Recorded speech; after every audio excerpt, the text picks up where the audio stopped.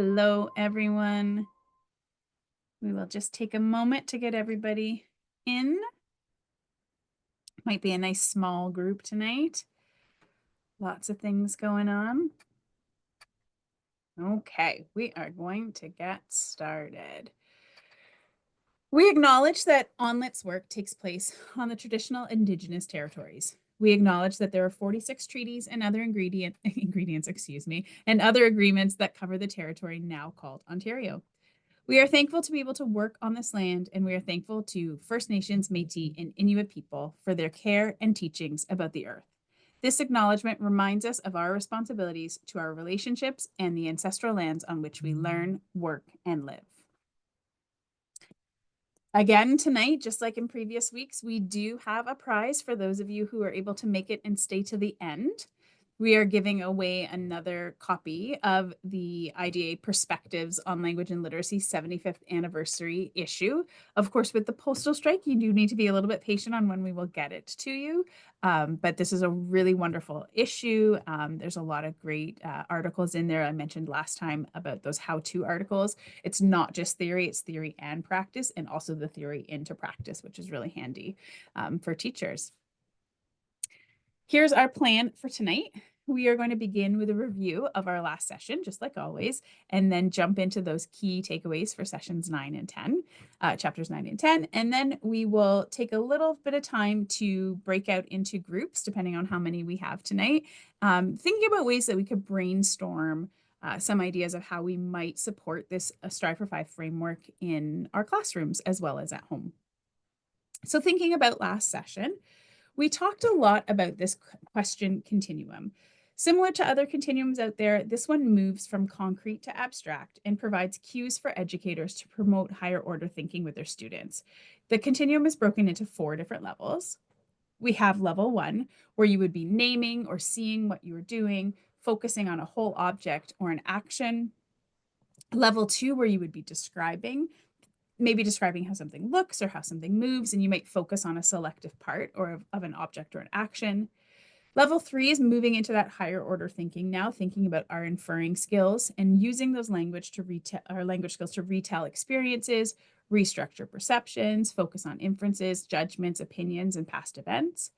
And then in level 4, we'd be working on that explaining, using that language to justify and think beyond what you can just perceive. You might focus on what's happening in the future, why things happen, and how to solve the problems in the story. Again, we can use the framework to help our students show what they know, right? In that turn 3, we can decide to ask an open-ended question. We can make it more concrete. We can make it more abstract. We can use those scaffolding up or scaffolding down to help support our students' ability to express themselves. And then again, at the end, we are recasting and extending the student's response back to them to help show what they know. We can also model our formal language. So when we think about recasting, we know that that is a downward scaffold where the teacher restructures the child's message in a way that makes it more syntactically correct. So we're providing that feedback on the language structure that he or she hasn't mastered yet, but we're not stopping the conversation to say, oh, I think you meant to say it like this, right? We're doing it in a way that stays within the conversation. It doesn't disrupt the flow of the conversation. We can also extend. So when we are extending, we're using an upward scaffold where the teacher adds to what the student says by adding words or phrases to make that explanation longer. You might provide a vocabulary word for them to use, or you might actually provide more information to what the child is saying. The other part of extending is that you're encouraging them to say more about that topic. So it's not just that back and forth and then it ends. We're keeping everything going. We also talked last week about the importance of building background knowledge and how we can use background knowledge and this Strive for 5 model to build and extend on that knowledge. You might ask questions about the text that you are about to read. You might remind students of any prior learning that is related to the text. You might use that framework during content area instruction. We talked about the importance of talking in those subject areas and that that's a great place to build that background knowledge and that you could use your language time to support with that. It is a little bit trickier if you're in a split grade. sort of self-professed queen of splits. I've only actually taught a straight grade.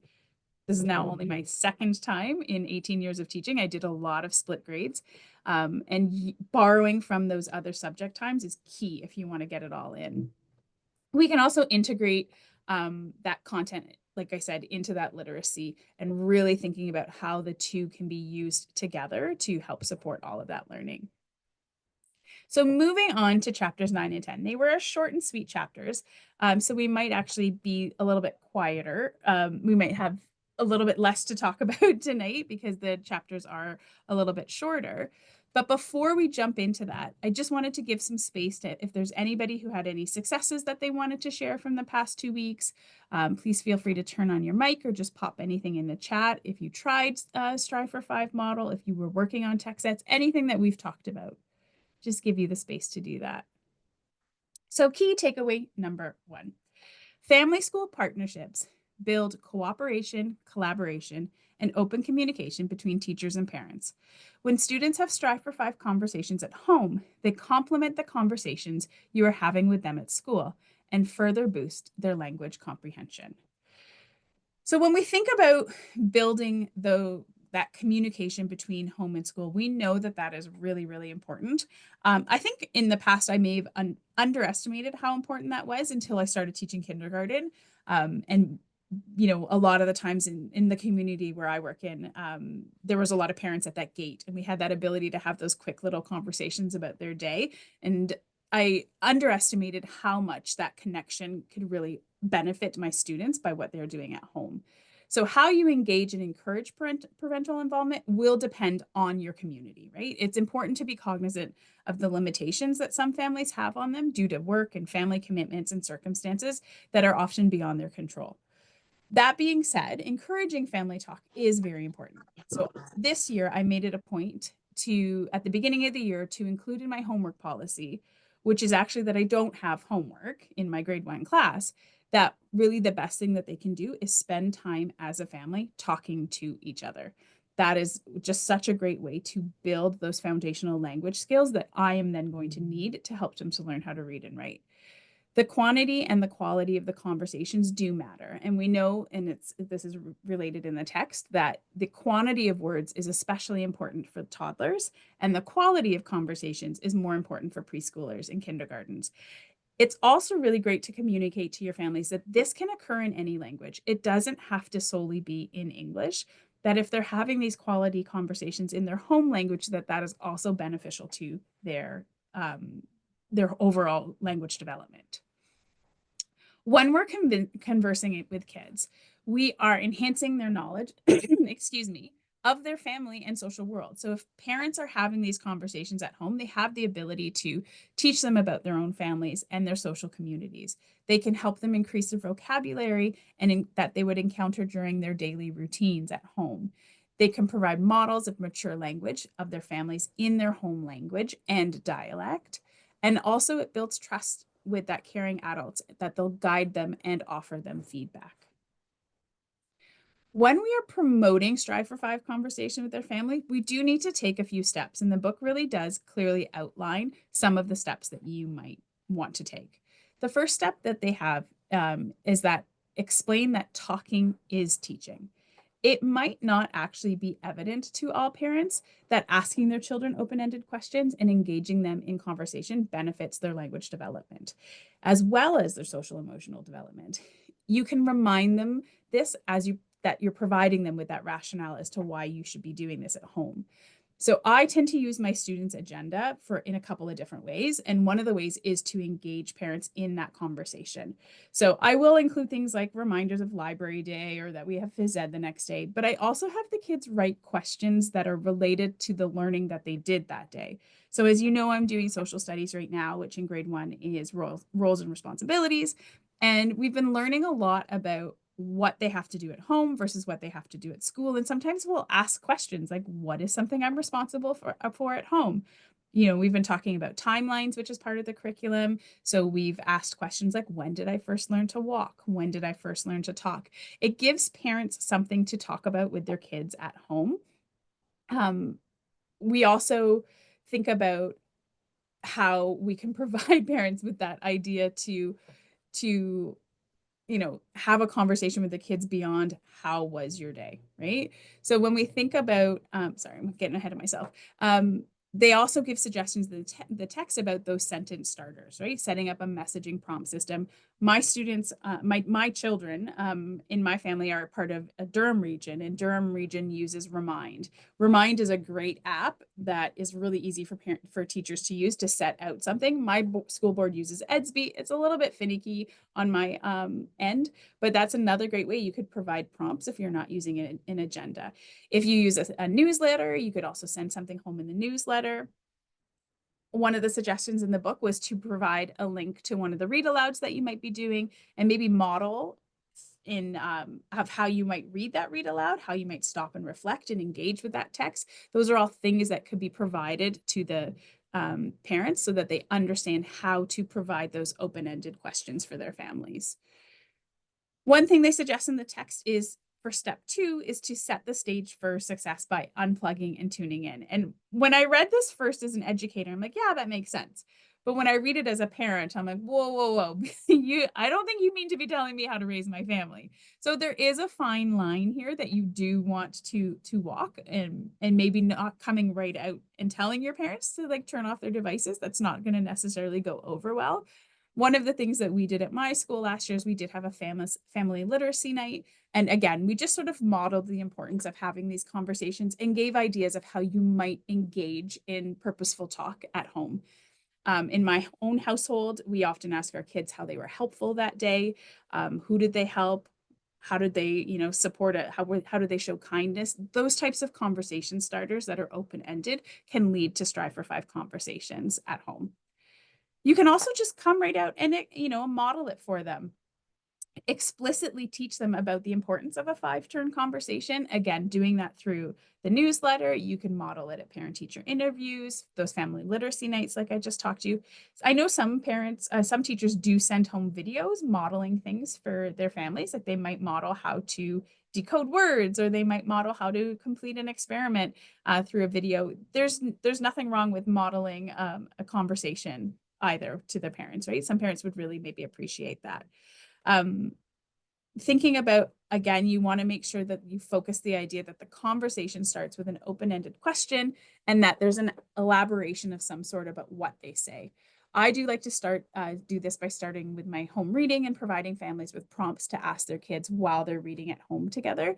I could be wrong, but I believe there's an IDA bookmark. I tried to find some in my closet at school that has questions on it too that you could be asking while you are reading with your kids.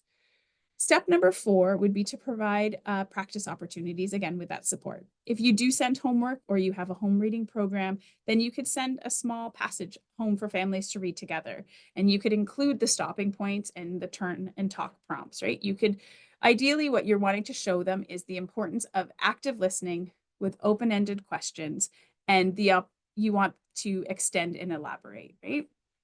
Again, it's really important that with the home connection, it is important to consider the lived experiences of the families and their ability to engage in these activities. It's not that we want to make these requirements or that there's any kind of penalty for not engaging this. We don't want to shame families into this type of work. We just want to give them the tools to engage should they be able to. The text did have a couple of handouts that you could provide to parents if you are wanting them to engage in these types of conversations at home that really give the prompts for parents of what they would need to be doing, which I thought was really handy in the text. Bringing us to key takeaway number 2. Teachers who embrace and strive for 5 conversations adopt the conversations count mindset. That means they slow down to listen to children and respond in ways that keep the conversations going. When I first started intentionally using the framework, I found it really laborious. It was just like an added thing that, like, think about that ticker tape happening. It was one more thing that I had to think about. I felt I was spending all of my time while I was teaching looking for the opportunities, but that I was actually distracted and removed from the conversation. That's just that practice phase, right? If I had stayed there and sat with that feeling and just like decided I wasn't going to do it, I wouldn't get to where it was today. And now I do find, like, it's been several months, I do feel much more at ease. I can identify really quickly what kinds of kids need which type of questions and how to scaffold them immediately in that moment. If I'm scaffolding up, if I'm scaffolding down, I can also even tell, like, oh, this is a good day to ask this kid kind of question to this kid, or, oh, you know what, they had a little bit of an issue at recess. I don't think now is the time I'm going to push forward. That all came with practice. It was not something that was coming to me naturally. I like to tell the story about the first time that I did a structured literacy lesson, and I was told it was going to take 8 minutes to run through this one routine, and it took me 45. So sometimes things go, they take a little bit longer at first, and it's really hard to stay with it. But this is one of those frameworks that when I started intentionally using it and looking for opportunities, it got easier, and I was able to do it with the less thinking, and I'm seeing much better results. I have so many students in my class who, 2 months ago were just sitting there, and now they are engaging in conversations and really good back and forth conversations, not only with me, but with teachers they don't see very often and the students in the class. So the payoff has been really great. I think a lot of that lies on those instructional routines, right? Like anything new in teaching, it really does take practice. The text has a lot of provide some trackers for you to help you get into the habit if you are a habit tracker. You could also include them visually in your learning space. For those of you who need something more in your face, which is like I do. I talked to you about that, again, having the visual cue on the board, so that even if I miss coming back to a question or anything that I was going to do, one of my students is going to remind me of it. I have a star student every day, but what they have to do changes, right? I've got 22 students, so we've cycled through it now a couple times. The first time we were just dissecting their names and their phone names. The second time that we cycled through it, we were doing a show and tell. So they were able to bring something in. This last time, though, they were the teacher, and so they were running our morning routine, which with the calendar and the counting the days, and it was really great to see them sort of step into that leadership role in the classroom, because now, of course, the routines are quite established. So for my next set, when we go through, cycle through their names again, we're going to be bringing in that question of the day. So they will be sort of the target student, and there will be a question of the day, and we will engage, the student and I will engage in that purposeful conversation back and forth with the students as well. So they'll get that chance to practice on purpose. We talked a little bit ago about that importance of play, especially in our play-based kindergarten. And we talked about how that was a really great time to engage in that framework. The book, again, has a lot of those trackers. I'm not one I'm not going to track my own behavior, which is one of the trackers in there. I'm not going to think back about, okay, well, I'm going to do it this times a week, but they do have a tracker on page 146 where you could use when you are engaging in play. And that's definitely some of the assessment that I'm doing, thinking about in kindergarten, especially how we monitor those 4 frames. It's not the same type of assessment that we do in the other grades. So the tracker that they have on page 146, where you are engaging in play with them and you can sort of anecdotally make note of the types of answers that they're giving, would be really great. I know we talked a lot up to last week about how wonderful sociodramatic play is in kindergarten, but last week I had a kindergarten data meeting, and I was supporting the kindergarten teachers, and I brought in one of our early years consultants, and she reminded me about how amazing small world play is for kindergarten and how amazing it is for that conversation piece. So even though sociodramatic play, where you can sort of scaffold the language and bring in all those vocabulary words and really teach the type of vocabulary that they would need and the oral language they would need, small world play, playing with the little dolls, playing in a sort of more insular way, excuse me, is also a really great way to engage in those conversations. It's also a great bridge for that homeschool connection, because a lot of children, not all children, but a lot of children have some sort of small world play at home that's more available to them. And even if they didn't, it's something that you could create in the school and provide at home, right? We can make things in the classroom that we can then send home to become part of that small play. And that small world can become that they were using in the classroom can also be used at home. So these are some of those instructional routines that if you know you are doing these things in your classroom on a daily basis, on a weekly basis, that you can intentionally support through that framework. Okay, I told you it was going to be short. There's not a lot of meat in these last two chapters, but I do want to give us the opportunity to chat with each other. So I'm just going to check the chat here. There's a few things. Oh, we've got that free materials. I thought maybe Una would hear me on that one. We do have, yes, IDEA Ontario has the dialogic reading bookmarks. I was pretty sure that's where I got them from. And they will ship them for free. They are wonderful. If you are planning a literacy night, IDA Ontario has a lot of great materials, and so does Dyslexia Canada. And they will send you things to hand out to parents and caregivers. So do check those out.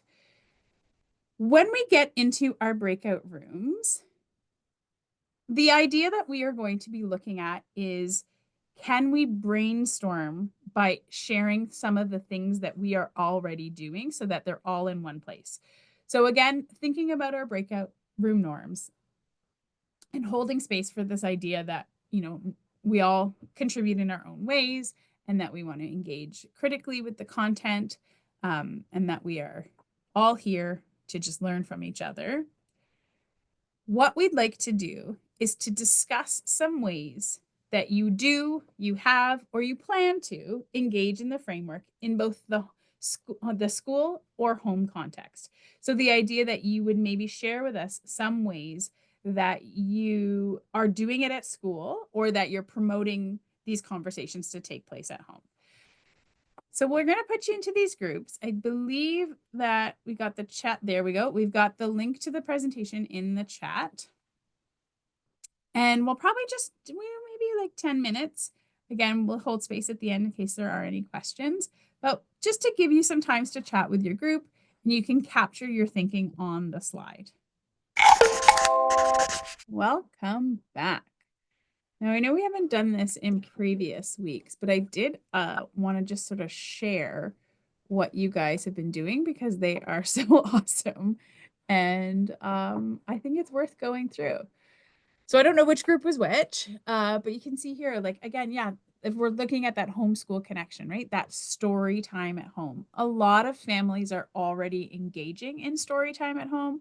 It's part of a lot of family routines in the evenings or during the day. That is a great place to scaffold for parents how you might support having these more purposeful conversations around books at home. This idea when there is something of interest to the child, example, a dress they're wearing. Yes, love this idea that when a kid is clearly wearing something or has brought something to school, or there's just something about them that they're really excited and interesting to talk about, that is a perfect time to engage in those types of conversation. This morning motivational talk, I'd love to hear more about that. I won't put anyone on the spot, but if there is somebody who wants to talk more about how they do that in their context, that would be great to hear. Okay, I won't put anyone on the spot. Looking at this next group, the idea that coaches or other staff can record data on student conversations with an educator. Yes. I think the more that we think of our students as our students rather than my students, really can help that school culture. And if you are engaging together in these types of conversations or working together to record that data, that would be great. Could I repost that Google Doc on Read-alouds that we were? Yes. The best question about doing that. Somebody had a great idea, and I forget if you are here tonight, about that Google Doc, about turning that into a Google form instead so that the data would be easier. I will look for it. I am the worst at labeling things, and even worse at remembering what I labeled it. And my Google Drive is a mess, but I will look for it after we go through this, and see if I can find it in my Google Drive. And then I will, Dorothy, if you just give me a minute, and even towards the end, I will find that for you. Again, using the educators of the framework when students are engaged in play, center time, soft start. Soft start has changed my life. It's not something I ever did before kindergarten. But when I taught kindergarten last year, it was obviously a must. You have 28 beings descending upon you, having activities out for them ready to go so that you can deal with whatever meltdown you had to deal with, or whatever kid was not transitioning very well that day, especially those first few weeks of school. Um, Having that soft start was so important. Now in grade 1, the soft start is actually where I do my one-on-one intervention. So as soon as I have my priority group of kids, the other kids are engaged in different activities, I do my intervention in that time, that one-on-one, when it needs to be really, really purposeful. But that is a wonderful time to engage in conversations with kids. If you are a tracker, you could keep track of who you're talking to each day, and make note of the different things that you have talked about. That would be a really great time to do it. Challenge of finding enough time to engage in these conversations. I get it. Yes, 100%. This is the hardest thing. Again, as I said, as I've started practicing it more, I'm finding it's taking less of a mental amount to try and find that. It's popping up more organically. I'm also noticing that my kids are willing to listen to the conversations I'm having with a kid, that, the pace changes. Like they know, oh, we're slowing down to listen to this child. So their listening skills are improving also as they get used to it. But yeah, having time to talk. I've been building it into my lessons in that when I go to plan the lesson, I may be planning a little bit less material because I want to leave space for that talk. Hallway conversations provide a great opportunity for conversations. Absolutely. The transitioning from one space, this is exactly how we get it done. Finding where can we squeeze from our time that we don't think we have? Well, those are those opportunities.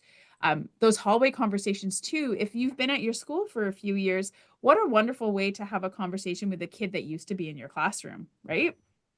It doesn't, we know that these types of conversations build foundational language, and that oral language is very important, but it also provides a more meaningful connection, right? It's not just about ask a question, I give me an answer, I confirm if it was right or wrong, and now I move on. You're also building those relationships, and continuing to build those relationships with students who are no longer in your classroom are really important to their well-being also. Those are some great suggestions. Looking over here, starting with the homeschool connection, again, tell me about your picture. Such a great open-ended question. And if you ever get artwork, I have 3 children, you ever get artwork that you're just not really sure what's happening in that picture, it is a wonderful way to not say the wrong thing. A lot of times I used to say, oh, what a wonderful bunny. It's an anteater, right? Like you just don't know what it is. So giving them the opportunity to tell you can engage that conversation, and you can start off on a much more positive foot. Those could just be my own children, but it's a really great way to start those conversations. Again, that bedtime story time, sharing those prompts with the parents when they're reading it, they really appreciate that. Like I know, especially parents who have had kids in older groups where maybe we were sending home those home reading books and they kind of got a handle of what they were supposed to do with it. And now we're not sending those home because we don't have as many in our schools.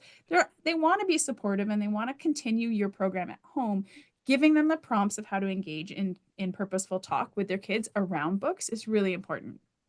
Talking about math and how students could solve a problem, absolutely. Talking about a TV show or a video they're watching. When shopping, right? Asking about their cereals and why, giving them that opportunity in that space, right? These are all really great homeschool connections. And again, all of these little prompts, if you do a newsletter, I send home a weekly email telling, what this is what we did this week. Here's what you can look forward to next week. That's a perfect time that you can include those types of suggestions. Looking over here at school, again, engaging around a book or a talk of a theme of a read aloud, any of those things are really great ways to start off that conversation. Talking about science and social studies, show and tell, or as I sometimes like to call it, drag and brag, right? Things that they've brought to school. The show and tell, if you are doing something along those lines, giving them question prompts ahead of time helps provide that conversation. So if the kid knows what they're expected to answer, they can pre-think about what they are going to say. The common conversations in our classroom the first time we did it was, does anybody have any questions for so and so? All they ever wanted to know was, where did you buy it? Where did it come from? Right? So giving the opportunity to ask these questions ahead of time would be really great. This one I really liked. Again, there's that tell me about your picture. Works again here. The wellness check, right? How are you feeling?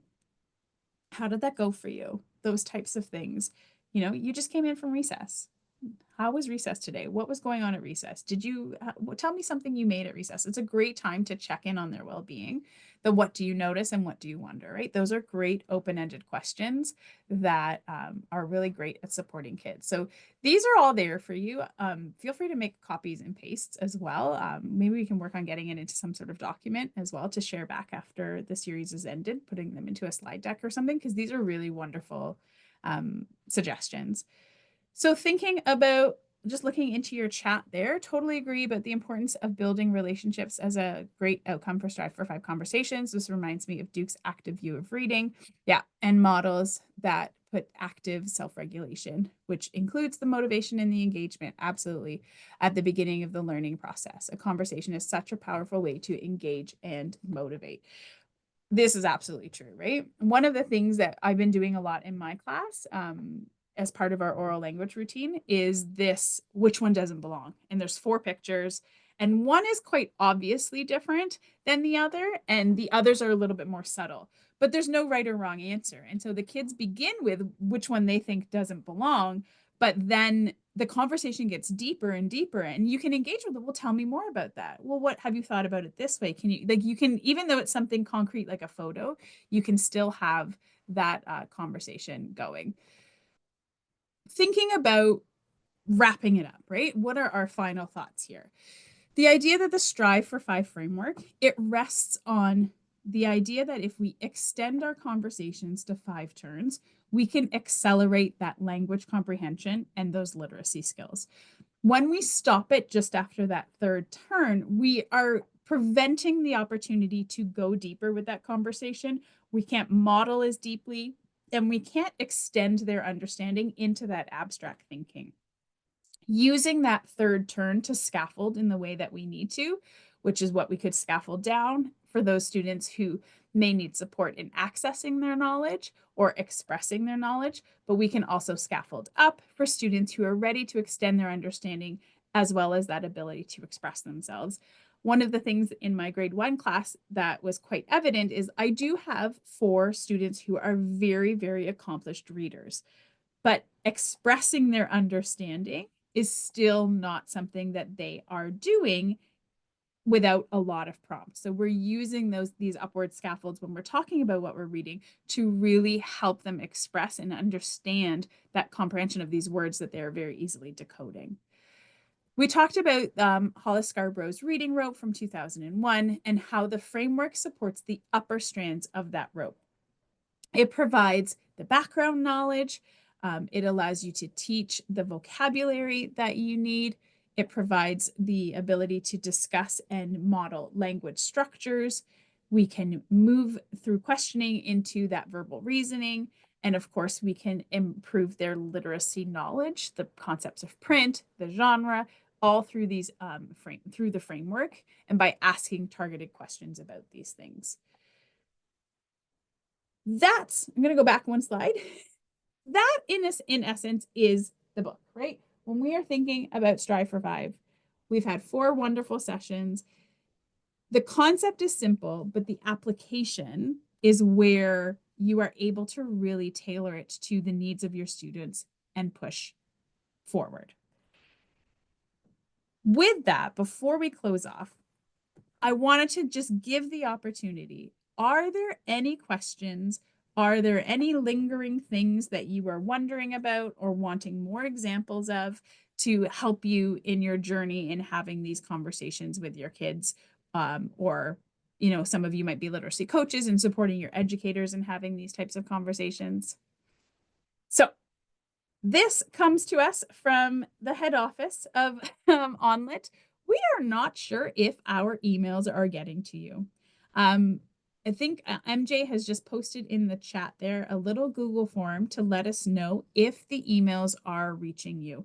We know that some people are providing us with their board emails and that there might be some security measures that are thinking that ONlit is spam and that you have not signed up for these emails.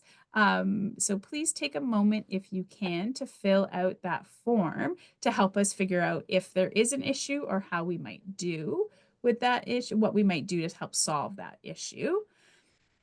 If you are into drum rolls, this is your time for a drum roll because the winner of this issue of Perspectives is Chris. So congratulations to Chris. Please send your email address to your mailing address to info@onlit.org. And just remember that the Canada Post strike will delay the delivery. Before we head off, there is one last shameless plug. If you are not entirely sick of hearing from me right now, next week I will be going through a grade 1 planning webinar. We've called it From Data to Instruction.